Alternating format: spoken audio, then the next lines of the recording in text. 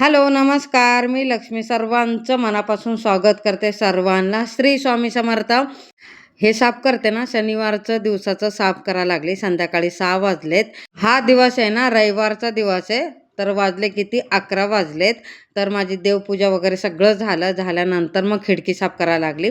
देवपूजा करून झाल्यानंतर आता काय खिडकी साफ केली की मला देव धुतलेले कपडे वगैरे आहेत ना, ते ह्याला सुकवायला होईल म्हणून. तर देवपूजा करून झालं आणि ते कपडे धुवून तिथं ठेवलेत आणि म्हणून पहिले ना खिडकी साफ करून घेते आणि ते अँगल पण साफ करून घेते. हे बघा, कपडे सुकवते. देवाचे वस्त्र आहेत ना, धुतले की मी इथंच टाकते अँगलला, की झालं. थोडं असून दे, जास्त असून दे, इथं ठेवते. बाहेर गॅलरीत कुठंच नाही, इथं टाकते सुकवायला. तर वारा पण चांगलं येतं, पटकन सुकतात पण. आजची देवपूजा झाली आणि आता सगळं पुसून घेते आणि काय किरकोळ आहे ना ते पण साफ करून ना इथं ठेवणार आहे. त्याच्या अगोदर पुसून घेते. तिकडचं सगळं काढलं आणि तिथं पुसून घेतलं आणि हे पण जरा साफ करून घेते. लय दिवस झालं साफ नाही केलं. तर हे छोटं ट्रे आहे ना, त्याच्यात ना स्वामींचे वस्त्र, धूप हे सगळं आहेत ना, डबे ते ठेवते. धुपाचे वगैरे काय काय आहे ते. त्याच्यानंतर स्वामींची पुस्तकं वगैरे ह्याच्यात ठेवते. हे बघा, धूप आहेत माझे, तर डबा करून ठेवलेत एक एक. तर व्यवस्थित पुसून वगैरे. आणि हा छोटासा पाट आहे ना, तर कशाला पण उपयोगी होईल, स्वामींच्या पूजालाच उपयोगी होईल म्हणून मी आणलेला आहे. तर इकडे सगळं पुसून घेतलं आणि हे सगळं झालं, व्यवस्थित ठेवून घेते. आणि गोमूत्र आहे ना, मला लागतंच म्हणून मी खालीच ठेवते इकडे. तर हे 2 सुपली आहेत, एक बाहेरचं आणि एक आतलं. तर हे पण डबे सगळे काढून ठेवते आणि ट्रे आहे ना, हा स्वच्छ असं पुसून घेते. हे पण स्वच्छ. आणि हे आठवड्यातून एकदा करते, कारण की ना खिडकी उघडी असते आणि वारा वगैरे आले की धूळ जास्त होतं, त्याच्यासाठी आठवड्यातून एकदा करते. आणि हे सगळं पुसून ठेवते आणि हे बघा कसं लावून ठेवते, तुम्हाला दाखवते. आणि हे डब्यात, हे टोपलं ना, टोपल्यात ना वस्त्र ठेवते. लाल वस्त्र छोटे छोटे आहेत ना, देवाचे पुसायचं, ते तिथं ठेवते. आणि सगळं ठेवून घेतलं. त्याच्यानंतर मग लादी पुसून घेते एक कोपऱ्यातला. आता तिकडून झालं, आता हे कोपऱ्यातलं घेऊन ठेवते. आणि त्या कोपऱ्यात आहे ना स्टूल आणि कार्तिकची खुर्ची ठेवते. आणि हे आरी वर्कचं स्टँड आहे तिथं ठेवते, कारण की आमचं कार्तिक शाणा नाही म्हणून एका कोपऱ्याला ठेवते. आणि त्याला म्हणते अजिबात हात लावू नको. तिथून कपाटापर्यंत पुसून झालं आहे माझं. आता मी कपाटाच्या वरचे आहे ना, तो कपडा आहे ना चेंज करते. ते कपडा दुसरा कपडा हातरते. त्याच्या अगोदर ही धूळ वगैरे सगळं काढून घेते. अशी ओढणी आहे, ही माझी स्वतःचीच ओढणी आहे. तर त्याचे सगळे ड्रेस फाटलेत ना, म्हणून ते कपाटावर हातरायला ठेवलं. धूळ वगैरे साचणार नाही, गंज वगैरे पकडणार नाही म्हणून. तर कपाट बघा मी कसं पुसून घेते. आणि हे स्टिकर आहेत ना, आईचं आणि लेकाचं आहे. कार्तिकच्या बड्डेच्या दिवशी आम्ही आणलेलं, तर मग ते फेकू वाटत नव्हतं म्हणून मी कपाटाला असं चिपकवलं आहे. ते आई आणि लेकाचं, लाडका लेक म्हणून आहे ते. तर कपाट बघा असं स्वच्छ असं पुसून घेते सगळ्याकडून. आणि कपाट पण मला आता क्लीन करायचं आहे, ते एका दिवशी करणार आहे ते पण मी. तर व्यवस्थित आता कपाट सगळं पुसून घेतल्यानंतर जे ठेवायचं ते. आणि चक्की आटा मी इथं ठेवते, किचनमध्ये जागा नाही म्हणून. दरवाजा हा पण पुसून घेते. हा फक्त गुरुवार नाही पुसत, शनिवारचंच पुसते मी. गुरुवारचा मेन दरवाजा पुसते आणि शनिवारचं सगळे दरवाजे पुसते, जेवढे आहेत घरातले दरवाजे. बाथरूम सकटचा दरवाजा मी शनिवारी पुसते. आणि हे सगळं पुसून घेते. हे बघा, खालून वरून सगळं जेवढं आहे तेवढं सगळं स्वच्छ पुसून घेते, पाटून पुढून वर. त्याच्यानंतर बघा सगळं पुसून झालं ना की लादी पुसून घेते.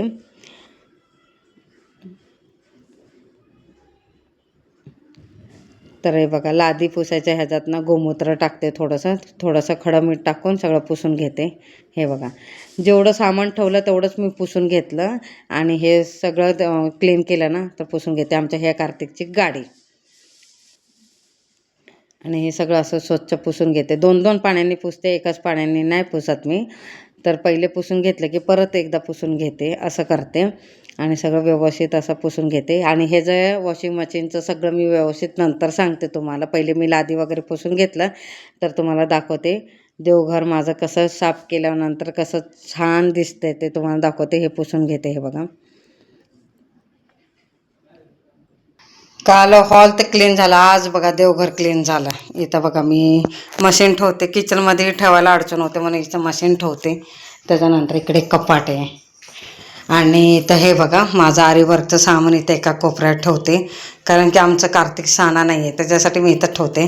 आणि ह्या कोपऱ्याला स्टूल, जेव्हा वरचं काम लागेल तेव्हाच हे स्टूल वापरतो, पण तिथं ठेवते. आणि देवघराची लादी पुसलेलं डस्टर आहे ना मी इथंच सुकवते आणि हॉलचं किचनचं बाहेर गॅलरी सुकवते आणि देवघराचं देवपर्यंत मला मिक्स पण होणार नाही, गडबड पण होणार नाही म्हणून इथं ठेवते. मग हे सुकलं की परत हे काढायचं, परत पिळायचं चांगलं आणि परत इथं सुकवायचं. आणि इथं बघा अंधार दिसत असेल की उजेडच भरपूर आहे. आणि हे देवाचे कपडे म्हणजे पुसलेले वगैरे देवाच्या खाली हातरलेले कपडे इथंच सुकवते, इथं दुसरीकडं नाही कुठं. आणि मला सारखं गोमूत्र लागतं म्हणून खालीच ठेवलं आहे. आणि इथं बघा हे सगळं सामान आता साफ केलेलं बघितलं असेल. आणि आजची देवपूजा बघा, तर फुलं काल भेटलेली म्हणून केली आजची देवपूजा.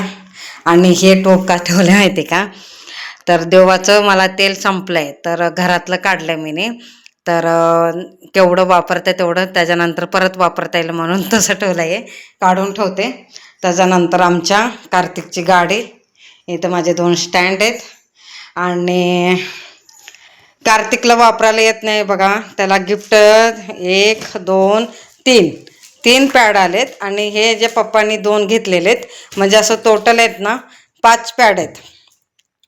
ते लागत नाही, वापरायला होत नाही, तर मग तिथं ठेवून कशाला म्हणून एका साईडला ठेवून आता हे पॅक करून रॅप पॅक करून वरती ठेवायचे, तर त्याचं मुहूर्त कधी येतं काय माहिती. आणि हे जाळी भाजी धुवायचं अजून ह्याचं पण, कारण की भाजीच आम्ही जास्त आणा ना, महाग झाली म्हणून, तर कमी जेवढं लागतं तेवढंच घेऊन आलं, त्याच्यासाठी हे ठेवलं आहे. आणि हे ठेवलं आहे कशाला तर कामाला येईल म्हणून. आणि इथं त्यांचे कपडे तर वापरायचे कंपनीतला, तर ते काढायचे एका ठिकाणी ठेवायचे, ते वेळ भेटाना म्हणून. आता सर्वात महत्त्व म्हणजे वॉशिंग मशीन. आता ह्याचं मुहूर्त कधी येईल अजून माहीत नाही.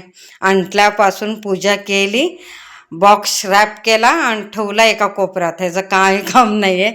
आता ह्याचं कधी येईल हा मुहूर्त आता माहीत नाही. तर इथं बघा काल मीने हे आहे ना, खूप जुनं आहे, खूप म्हणजे खूप जुनं आहे, ह्याला ना 5-6 वर्ष झालेत मीने घेऊन. तर अजून हाय व्यवस्थित बऱ्यापैकी. बाहेर स्लॅबचं हे केलं ना तर असं खराब झालं आहे, घरात वापरलं तर खराब होत नाही, बाहेर पण वापरत होती, तर त्याच्यासाठी तसं झालं आहे. आता ह्याला चेंज करून दुसरं घ्यायचं, आता चालते तोपर्यंत चालवायचं, नंतर चेंज करायचं. इथं आमच्या कार्तिकच्या खेळणे. आणि झाडू बघा मी इथं ठेवते, का बाहेर हॉलमध्ये ठेवत नाही, गॅलरीत जागा नाही म्हणून मी इथं ठेवते. आणि दरवाजाच्या पाठीमागे इथं काहीच नाही. आणि इथं बघा आमच्या पोराचे कपडे शाळेचे आणि शाळेचे कपडे जर्किंग. आणि ही मोठी रॅप आहे ना, ह्याच्यात आहे ना भाजीची थैली, दळण्याची थैली, सगळ्या थैल्या भरून ठेवल्या येतात, म्हणजे ते खाली पडणार हे पडणार, त्याच्यापेक्षा एका ह्याच्यात ठेवलं आहे. तरी इथं जागा पुरं ना. आमच्या मालकांचं कार्तिकच्या पप्पाचं योगा करायचा मॅट आणि तिथं टोपी, त्यांची टोपी असं आहे. बाकीचं काय नाही, तेवढंच आहे. पण कसं झालं माहिती का, ते सगळं सामान जास्त झाले आणि कपलं ते हुक कमी झाले म्हणून तसं वाटते. हे आता झालं बघा, काल हॉल झाला, आज बेडरूम झालं परफेक्ट. आता घ्यायचं, आता कधी मुहूर्त येईल किचनचं आता माहीत नाही.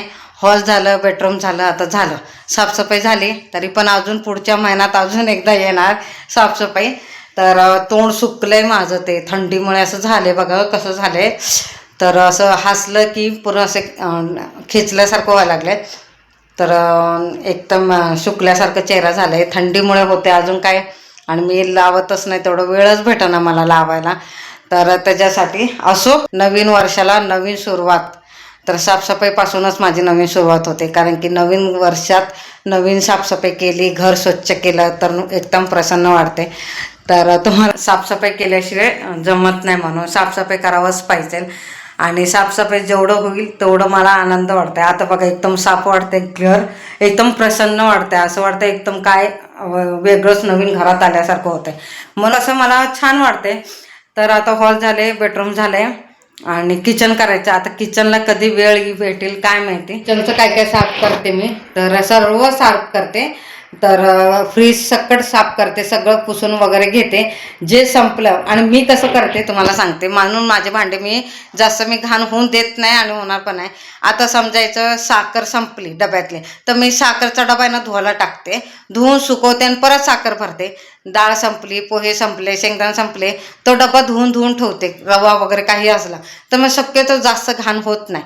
तर मग ते तसंच भरून ठेवलं आणि साफ नाही केलं तर मग ते लय गिमीट होतंय, चिकट होतंय, त्याच्यासाठी धुवावं लागतं. म्हणून मी तसं करते. तर तुम्ही कसं करताय मला नक्की कमेंटमध्ये सांगा, कारण की मी पण तसं करते. असलं ना पीठ दळून ठेवलं 5 किलो, 3 किलो, 10 किलो, 15 किलो, किती पण दळून ठेवून दे, तो संपला ना की लगेच घासून नवीन डब करायचा. परत ते संपा लागलाय दळून आणायचं, परत भरायचं, असं नाही करायचं. मी तसं नाही करत आहे. तो संपायच्या आधी समजायचं माझ्याकडे आता 2 दिवसाचं पीठ आहे, तरी मी दळलं ना तो बाजूला ठेवते आणि त्याच्यातलं पीठ आणि डबा धुते आणि तो नवीन पीठ टाकते. जुनं पीठ आहे ना एका थैलीत भरून ठेवते, नाही तर टोपले आहेत माझ्याकडे छोटे असे मोठे, तर त्याच्यात भरून ठेवते. आणि कोणचं पण डबे संपले की मी तसं करते. म्हणून माझं शक्यतो मी जास्त माझं भांडी घाण होत नाही, म्हणून मी तुम्हाला सांगते. तुम्ही पण तसं करत असला नक्की करा. तर मग मी संक्रांतला, गुढीपाडवाला, दिवाळीला, गणपतीला अख्खं भांडी घासून काढते हे 4 दिवशी.